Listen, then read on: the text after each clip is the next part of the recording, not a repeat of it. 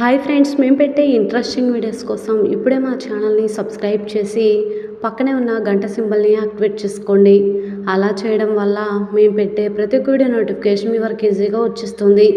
ఇక లేట్ చేయకుండా వీడియోలో ఏం జరుగుతుందో చూసేయండి. రాజు ఇక చనిపోయాడనుకున్న వ్యక్తిని తీసుకొచ్చి కోర్టులో నిజం నిరూపించగానే రూప ఏ తప్పు చేయలేదని, తప్పు చేసింది శ్వేతేనని తన లాంటి చీర కట్టుకొని ఇక తన కారు తీసుకొని వెళ్ళి ఇన్ని దుర్మార్గాలకు పాల్పడిన శ్వేతకు ఖచ్చితంగా శిక్ష పడాలని రాజు చెప్పగానే ఇక కోర్టులో జడ్జి గారు శ్వేతకు ఉరిశిక్ష విధించాలి అనగానే అందరూ కూడా షాక్ అయిపోతారు. మరి రాజు చనిపోయాడనుకున్న వ్యక్తిని ఎలా బ్రతికించగలిగాడు, ఏ విధంగా కోర్టుకు తీసుకురాగలిగాడు, ఎలా నిజం నిరూపించగలిగాడు అని తెలుసుకోవాలి అంటే ఈ వీడియో చివరి వరకు చూడండి ఫ్రెండ్స్. నచ్చితే ఒక లైక్ చేయటం మర్చిపోకండి. ఇక లేట్ చేయకుండా వీడియోలో ఏం జరుగుతుందో చూసేయండి.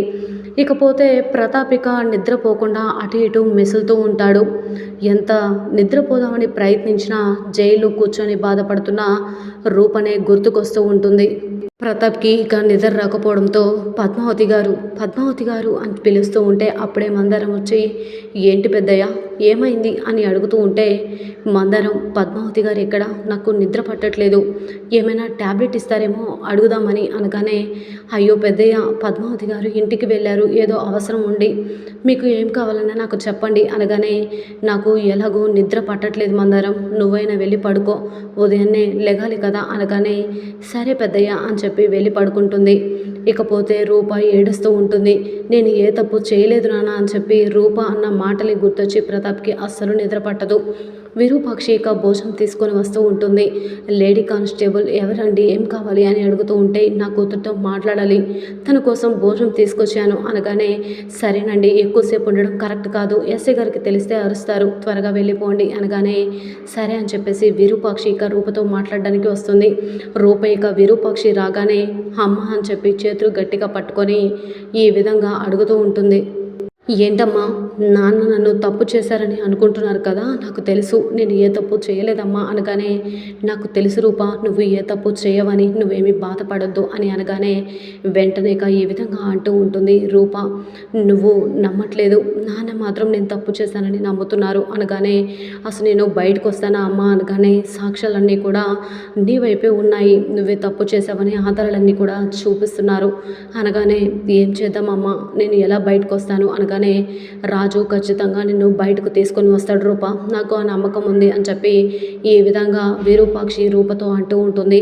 ఇకపోతే రూప అలానే చూస్తూ ఉంటుంది. రూప భోజనం చేయమ్మా అనగానే నాకు ఆకలిగా లేదమ్మా, నాన్నగారు భోజనం చేశారా అని అడుగుతూ ఉంటే విరూపాక్షి ఇక ఇంటి దగ్గర ప్రతాప్కి పాలు తాగమని ఇస్తూ ఉండగా కూడా పాలు వద్దని చెప్పి ప్రతాప్ ఇక మొండికేసి పడుకోవడం చెప్పి విరూపాక్షి ఈ విధంగా అంటూ ఉంటే రూప నాన్న భోజనం చేయలేదు కదమ్మా, నేను మాత్రం ఎలా తినగలను, ఆ రోజు ఇంటి నుంచి వెళ్ళిపోయిన తర్వాత నాన్న భోజనం చేయలేదని అంటే రాజు వచ్చి నాన్న భోజనం చేసే వరకు ఉంటే నాకు అప్పుడు నాన్న భోజనం చేసిన తర్వాత నేను తీసుకెళ్ళి రాజు భోజనం పెట్టాడమ్మా, అలాంటిది ఈరోజు ఇలా అని అంటూ ఉంటే బాధపడకు రూప అని చెప్పి విరూపాక్షి ఇక ఓదార్పునిస్తూ ఉంటుంది రూపకి.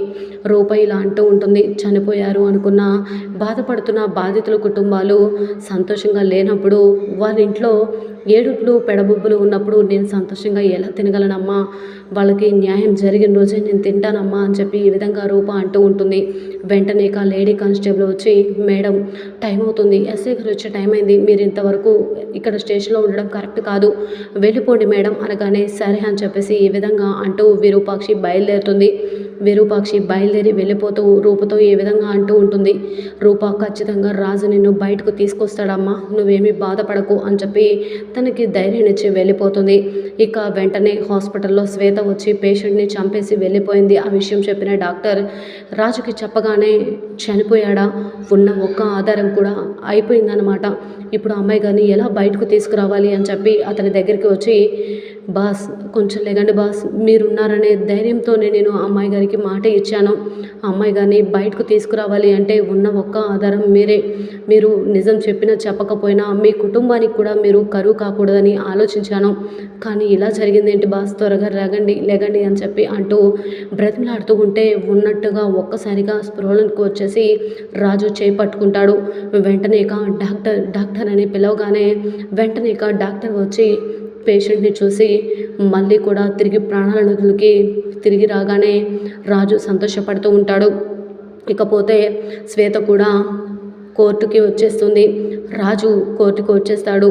ఇకపోతే ఇంటికి వచ్చే పోలీసులు ఆ రోజు సాక్ష్యం చెప్పాలి కదా, మీరు ఆ రోజు జరిగిందంతా చెప్పాలి, మీరు కూడా కోర్టుకి రావాలి అని చెప్పగానే అతనికి ఆరోగ్యం బాగోలేదు కదా సారు, వదిలేయండి అనగానే ఆరోగ్యం బాగున్నా బాగలేకపోయినా చూసిన నిజాన్ని బయట పెట్టాలి కదమ్మా, త్వరగా రండి, బయలుదేరండి అనగానే సరే నేను నిజం చెప్తాను, తప్పు చేసిన వాళ్ళకు శిక్ష పడేలా చేస్తాను అని చెప్పి ప్రతాప్ ఇక బయలుదేరతాడు. ఇక కోర్టుకి అందరూ కూడా వెళ్ళిపోతారు. శ్వేత మాత్రం రాజు అలాగే అప్పలనాయుడు మాట్లాడుకుంటూ ఉంటే అలానే చూస్తూ ఉంటుంది. తప్పు చేసిన వాళ్ళకి శిక్ష పడుతుందిరా అయ్యా, నువ్వేమి బాధపడకు అని చెప్పి అప్పలనాయుడు అంటూ ఉంటే తప్పు చేసిన వాళ్ళకి ఖచ్చితంగా శిక్ష పడే తీరాలి నాన్న అని చెప్పి ఈ విధంగా అంటూ ఉంటాడు రాజు. కానీ శ్వేత మాత్రం చనిపోయిన బాధితుల కుటుంబాల తరపున ఒక లాయర్ని తీసుకొచ్చి తప్పు చేసిన వాళ్ళకు శిక్ష పడాలి లాయర్ గారు, ఎట్టి పరిస్థితుల్లో ఆ రూపం బయటకు రాకుండా చూసుకోండి అని ఈ విధంగా అంటూ ఉంటే అప్పలనాయుడు రాజు కావాలనే తప్పు చేసిన వాళ్ళకి నిజంగానే శిక్ష పడుతుందిరా అయ్యా, కళ్ళు మూసుకుపోయాయి అనుకుంటారు కానీ న్యాయదేవత కళ్ళు తెరుచుకొనే ఉంటాయి, జరిగేదంతా కూడా చూస్తారు, అన్యాయం ఎప్పుడూ గెలవదు, న్యాయమే గెలుస్తుంది అని చెప్పి ఈ విధంగా అప్పలనాయుడు అంటూ ఉంటాడు రాజుతో. సరే అని చెప్పేసి అందరూ కూడా కోర్టులోకి వెళ్ళిపోతారు. అందరూ కూడా కూర్చోగానే జడ్జి గారు వచ్చి ఇక వెంటనే తీర్పు చెప్పడానికి ప్రయత్నిస్తూ ఉంటారు. వెంటనే ఇక రూప అని పిలవగానే రూప వచ్చి బోన్లో నించుంటుంది. ఒకళ్ళ తర్వాత ఒకళ్ళని అందరూ కూడా సాక్ష్యానికి పిలుస్తూ ఉంటారు. రాజు వచ్చి ఆ రోజు అమ్మాయి గారు బయటికే వెళ్ళలేదు అని చెప్పగానే అందరూ అలానే చూస్తూ ఉంటారు. ఏం జరిగింది ఏంటి అని అందరినీ ఒకళ్ళ తర్వాత ఒకళ్ళు అడుగుతుంటే రూపే తప్పు చేసిందని ప్రతి ఒక్కరు కూడా అంటూ ఉంటారు. కానీ రూప తప్పు చేయలేదని రాజు ఎంత వాపోయినా కూడా లాయర్ గారు డిపెండ్ చేస్తూనే ఉంటారు, శ్వేత తరపున ఉన్న లాయర్. ఇకపోతే ఇక ఆఖరి ఎవరైనా అని అంటూ ఉంటే సాక్ష్యం ఉందా అని అడుగుతూ ఉంటారు జడ్జి గారు. సాక్ష్యాలు ఉన్నాయిలా జడ్జి గారు అని చెప్పగానే అయితే ప్రవేశపెట్టండి అనగానే రాజు వెంటనే మందారం అని పిలవగానే అందరూ చూస్తూ ఉంటారు. మందారం ఇక చనిపోయాడు అనుకున్న వ్యక్తిని అలాగే డాక్టర్ని తీసుకొని కోర్టులో అడుగు పెట్టగానే శ్వేతకి చుక్కలు కనపడతాయి. ఒక్కసారిగా రూప అలాగే అందరూ కూడా షాక్ అయిపోతారు. జడ్జి గారు సాక్ష్యం కావాలి అన్నారు కదా, చనిపోయాడు అనుకున్న వ్యక్తే దీనికి సాక్ష్యం, మళ్ళీ బ్రతికి తిరిగి వచ్చాడు, అతను చెప్పేదే నమ్మాలి కదా అని అంటూ ఉంటే ఆ రోజు మిమ్మల్ని కారుతో గుద్ది చంపాలనుకుంది ఈ అమ్మాయి అయినా అనగానే కాదు జడ్జి గారు ఆ అమ్మాయి అని చెప్పి శ్వేత వైపు వేలు చూపించగానే ఒక్కసారిగా షాక్ అయిపోతారు అందరూ కూడా. జడ్జి గారు ఇక తప్పు చేసింది ఒకరు, శిక్ష పడేది ఒకరిక, ఇది ఎప్పటికీ జరగదు, న్యాయదేవత దీనిని అంగీకరించదు, కోర్టులోకి వెంటనే తనని కస్టడీలోకి తీసుకోమని జడ్జి గారు చెప్పగానే శ్వేత చెంప పగలగొట్టి పోలీసులు ఇక తనని కస్టడీలోకి తీసుకోగానే సీఎంకి విషయం తెలిసి షాక్ అయిపోతాడు. రూపని నిర్దోషిగా బయటకు తీసుకొని వస్తాడు రాజు.